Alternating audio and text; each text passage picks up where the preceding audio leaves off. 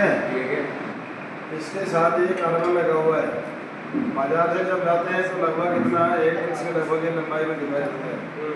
इनमें से कार्बन कौन सा है? ये हमारा वाटर बेस है, कार्बन बेस। इसके अंदर हमने स्प्रिंग लगाना, ये कार्बन लगाना होता है। कार्बन के पीछे स्प्रिंग लगा होता है और वो स्प्रिंग क्या करता है, प्रेशर मारता है कार्बन को। जैसे जैसे ये राउंड लेता है, ये राउंड लेते ही वो स्प्रिंग को इस प्रकार से एलिमेंट करता है। ये आप वो जो जंप लेने की ताकत है स्प्रिंग में, वो किस प्रकार की है? जब आपके कार्बन ब्रश की लंबाई बढ़ी हुई होगी तो स्प्रिंग जो लगा होगा वो एक दबाव के कारण फिट होगा नहीं इतनी दूरी में। जब धीरे धीरे कार्बन घिसता चला जाएगा तो क्या हो जाएगा, स्प्रिंग की लंबाई बढ़ जाएगी और कार्बन ब्रश है वो छोटे आकार में जाएगा। ठीक है। कार्बन ब्रश में जब वो बनाया गया था, मान लो हमने सेल लिया और सेल के अंदर हम ये तार का टुकड़ा लगाना चाहेंगे तो ये कैसे लगेगा, उसके अंदर डालना पड़ेगा ना। ये तो जब अंदर डाला होता है तो वो लगभग इतना उसके अंदर फंसा हुआ है। जब खरीद के लाए थे तब तो ये इतना बड़ा था और घिसते घिसते घिसते इसके पास पहुंच गया। जब इसमें करंट जो आ रहा है वो कौन सा है, हाई प्रेशर। जो कार्बन ब्रश आगे लगा था उसमें करंट कैसा है, लो प्रेशर। इसका मतलब कार्बन ब्रश आपका घिस गया और घिसते घिसते क्या हो गया, जा करके अब ये जो तार है इसका जो कनेक्शन है उससे कार्बन एकदम से वैसे कैमुलेटर से टकरा गया वो, तो जो भी कार्बन ब्रश घिस गया उसमें चिंगारी ज़्यादा निकलेगी और वो करंट भी दे सकता है, मोटर आर्मेचर शॉर्ट भी हो सकता है, जल भी सकता है। ठीक भैया। अगर कार्बन ब्रश घिसता जा रहा है, चिंगारियों का आकार बड़ा होता जा रहा है तो इसमें जंप लेने की ताकत कम हो जाती है। क्योंकि स्प्रिंग मान लीजिए मैंने ऐसे दबा दिया तो पंच मारेगा ना, प्रेशर मारेगा ना, और जब मैं उस पर से दबाव हटाता जाऊंगा तो उसका वो जो प्रेशर था वो प्रेशर खत्म हो जाएगा। कम हो जाने के कारण क्या हो गया कि कार्बन ब्रश पूरा टाइट नहीं होता, पूरा काम नहीं करता ही। ठीक है भैया। उस समय आपने इसके कार्बन ब्रश दोनों बदलने पड़ते हैं। कार्बन ब्रश बदलेंगे जो अंदर से टुकड़े निकले हैं, आप उसको उसकी चौड़ाई और मोटाई दोनों जगह देख करके दोबारा दूसरा कार्बन ब्रश लाएंगे, उसे फिर लगाएंगे। ठीक है भैया। ये चिंगारियाँ तो निकलेंगी लेकिन बिल्कुल स्लो स्पीड से चिंगारी निकलनी चाहिए। अब देखिए हम इसको स्लो में चला रहे हैं।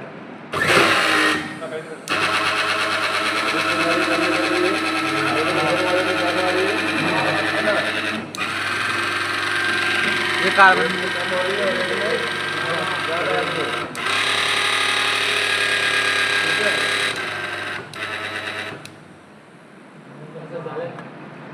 इसका मतलब किस कारण हो रहा है, ये कार्बन ब्रश के कारण समझ में आ रही है।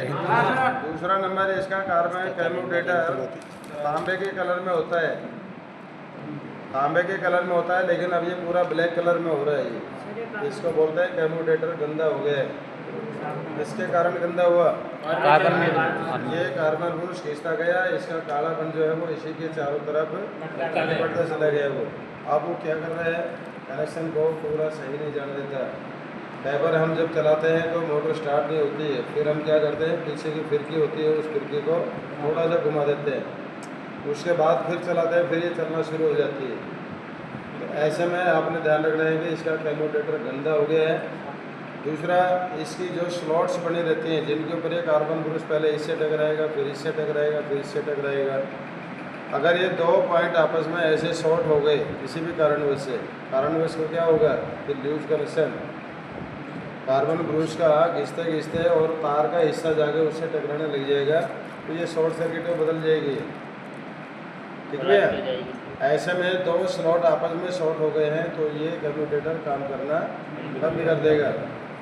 उसमें वही पोजीशन आएगी, जब भी ये बंद होगी मोटर स्टार्ट नहीं होगी, फिर फिरकी को थोड़ा सा घुमा देंगे, फिर चलाएंगे, फिर स्टार्ट हो जाएगी। बहुत सारे कारण आएंगे ना ये। इसका मतलब हमने इसको क्लियर क्या देखना है कि कम्यूटेटर गंदा हो गया है या इसकी कोई दो स्लॉट्स आपस में टच हो गई है, स्प्रिंग का टुकड़ा कार्बन ब्रश का टुकड़ा छोटा सा रह गया है, तो आपने इसको बदल देने चाहिए। और आर्मेचर कम्यूटेटर खराब हो गया है तो पूरा आर्मेचर ही चेंज होगा। ठीक है भैया, इसमें रिपेयरिंग नहीं है कोई भी, इसका आर्मेचर ही दोबारा चेंज होगा क्योंकि इसी स्लॉट से शॉर्ट हो गई आपस में, तो इसलिए ये काम नहीं करेगी। फिर इसका आर्मेचर अलग आएगा, ये वाइंडिंग अलग रह जाएगी। दो चीज़ें नुकसान में आ गई ना, इसलिए थोड़ा हमने इनका ध्यान रखना है कि हमारा क्या है। ये वाइंडिंग होती है, इसको बोलते हैं फील्ड वाइंडिंग। क्या बोलते हैं इसको? Field winding. इसमें हमारे 3 तार एक साइड में निकले हुए हैं और इसी वाइंडिंग में एक तार और निकला हुआ है। तो ये देखिए, ये तार आपका यहाँ से हट चुका है, इसका मतलब क्या है, ये कनेक्शन सही नहीं जुड़ रहा है। ठीक है, तो जब तक ये जुड़ेगा नहीं, ये इससे नहीं चलेगी। इधर से 2 ही तार निकले हुए हैं, इधर से 2 ही तार है, इसका मतलब एक तार तो हमारे मेन सप्लाई का और एक सप्लाई इसमें जाएगी। ठीक है, इसमें 3 तार एक जगह निकले हुए, एक तार एक जगह है। इसका एक तार था वो इसमें जुड़ गया, इसका एक तार था ये इसमें जुड़ गया, और ये 3 तार हमारे स्विच में आके जुड़े हुए हैं। इनमें एक पॉइंट है लो स्पीड का, एक है मीडियम स्पीड का, एक है हाई स्पीड का। एक इसमें मेन सप्लाई का तार आके जुड़ा हुआ है, देख रहे हो 4 पॉइंट 3 पॉइंट कैसे हैं, और चौथा पॉइंट किधर है ना। ये हमारा मेन लाइन आ गई है। ये एक बार जब इससे जुड़ेगा तो इसको चलाएगा, इससे जुड़ेगा तो इसको चलाएगा, इसको जुड़ेगा तो इसको चलाएगा। इसमें ये जो वायर आ रहा है ये हमारा न्यूट्रल वायर है। ठीक है, ये हमारा न्यूट्रल वायर है। इसके अंदर हमने ये जो वायर न्यूट्रल सप्लाई पहले इसमें दी है, फिर इसके लिए दी है। इसको बोलते हैं OLP, ओवरलोड प्रोटेक्टर। प्रोटेक्टर इसका काम क्या है कि जब तक आप इस बटन को नहीं दबाओगे तब तक तो ये करंट इधर से इधर जाने देगा। अगर आपने ये नॉब आपने दबा दी नीचे तो ये क्या करेगा, कट ऑफ कर जाएगा। भैया, ये कट ऑफ कर जाएगा। कट ऑफ करते ही इसका कनेक्शन ये यहीं रह जाएगा, इसमें नहीं जाएगा। ठीक भैया, तो जब आपकी मिक्सी नहीं चल रही है तो अधिकतर फाल्ट इससे इसी के आधार से होते हैं, क्योंकि ये ओवरलोड, जब हम मिक्सी को चलाते हैं तो इसमें क्या करते हैं, जार के अंदर सामान ज़्यादा मात्रा में डाल दिया जाता है, पानी कम डालते हैं, तो ये उसको घुमाएगा, ग्राइंडिंग करेगा, तभी तो ये सही चलेगी ना। आपने इसको चलाया और मोटर आपने 1 मिनट 2 मिनट 3 मिनट तक आपने ऐसे रखी गई, ये चल क्यों नहीं रही है, चल क्यों नहीं रही है, बंद नहीं किया, ये ओवरलोड प्रोटेक्टर गर्म हो जाता है और ये कट ऑफ हो जाता है। ठीक भैया, अगर ये ओवर हीट हो गया है तो ये बिल्कुल ख़राब माना जाएगा, फिर दूसरा ही लाना पड़ेगा, दूसरा लगेगा। तो इसमें आपको OLP के नाम से पुकारा जाएगा। और ये हमारी जो मिक्सी जो होती है इसके नीचे का कवर होता है, उसमें इस प्रकार से नीचे की तरफ निकला रहेगा। यहाँ एक नट लग जाता है, ये लोड नीचे आपको दिखती रहेगी। ठीक भैया, आपने कभी भी इसको ऐसे चलते हुए में ऐसे दबाना नहीं है, ऐसे दबा दिया तो ये नहीं चलेगी मिक्सी। ये हमेशा ऊपर निकली हुई है तो आपका कनेक्शन जुड़ा हुआ है। ठीक है, नीचे दबाते ही ये काम करना बंद हो गया। समझ में आ गया? अब इनकी 3 स्पीड कैसे निकली है वो सारा मैं बोर्ड के ऊपर समझाऊंगा, वो सारा का सारा मैं बोर्ड के ऊपर समझाऊंगा। अब ये देखिए, इसका नाम क्या हुआ स्विच का, रोटरी स्विच। इसका नाम क्या हुआ, OLP ओवरलोड प्रोटेक्टर। ये नट क्या है, क्या काम कर रहा है यहाँ, ये आपके आर्मेचर को प्रोटेक्ट कर। ये जब घूम रहा है तो ये बिल्कुल फ्री घूमना चाहिए। आप इसको थोड़ा सा टाइट कर दोगे वो बिल्कुल घूमना बंद हो जाएगी। आपने ज़्यादा यूज कर दिया तो आर्मेचर ऊपर नीचे इस प्रकार से बबलिंग मारेगा। ठीक भैया, इनके बीच में जो आर्मेचर होता है शाफ्ट लगी हुई है, शाफ्ट और इस नट के बीच में एक छोटी सी गोली का छर्रा होता है, गोली का।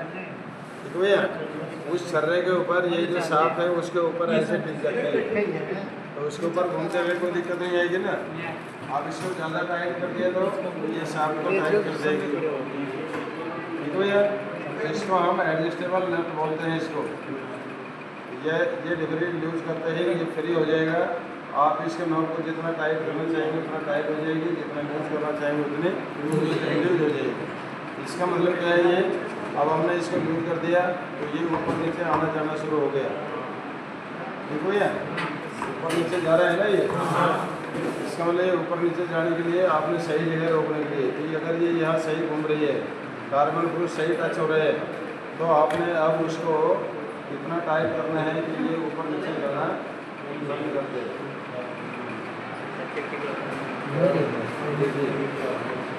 जा रही है भी। जा रही है।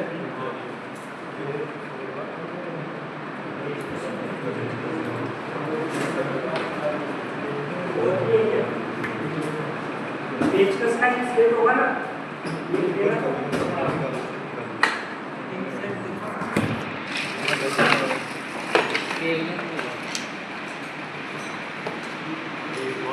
ये वाले से लाएंगे। ठीक है, सेल कम हो गई ना अभी।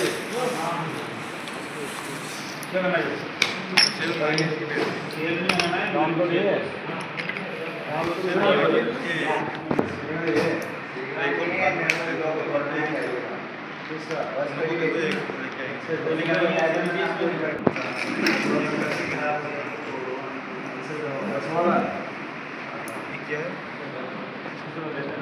अब देखो, अब ये प्ले बिल्कुल कम हो गई है ना।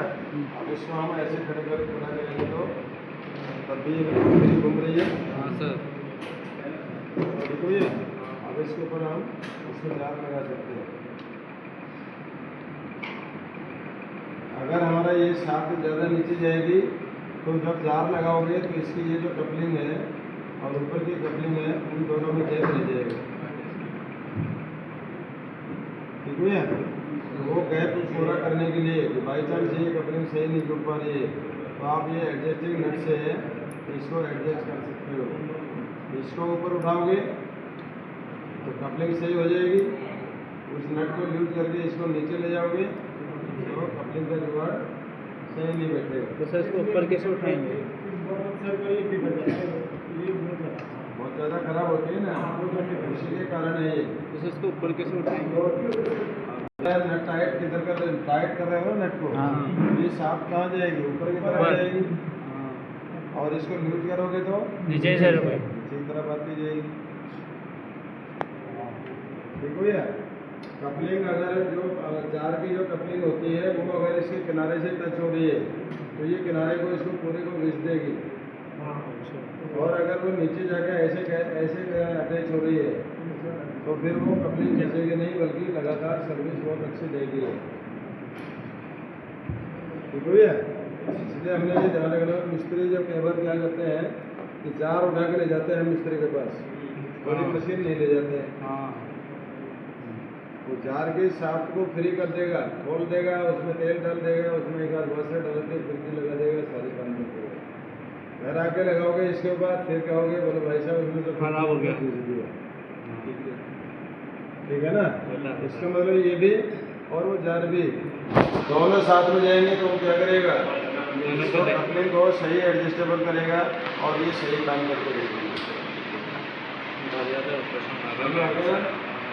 ये हमारी मेन प्रॉब्लम आती है कि फिर के बाद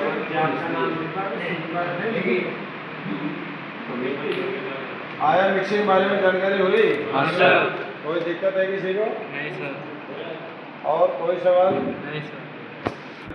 ये काम मेरा हो रहा है बहुत सारा। सभी नंगे सर, सब मुझे ही ऐसे थोड़ा सारे इसलिए सब नंगे लगे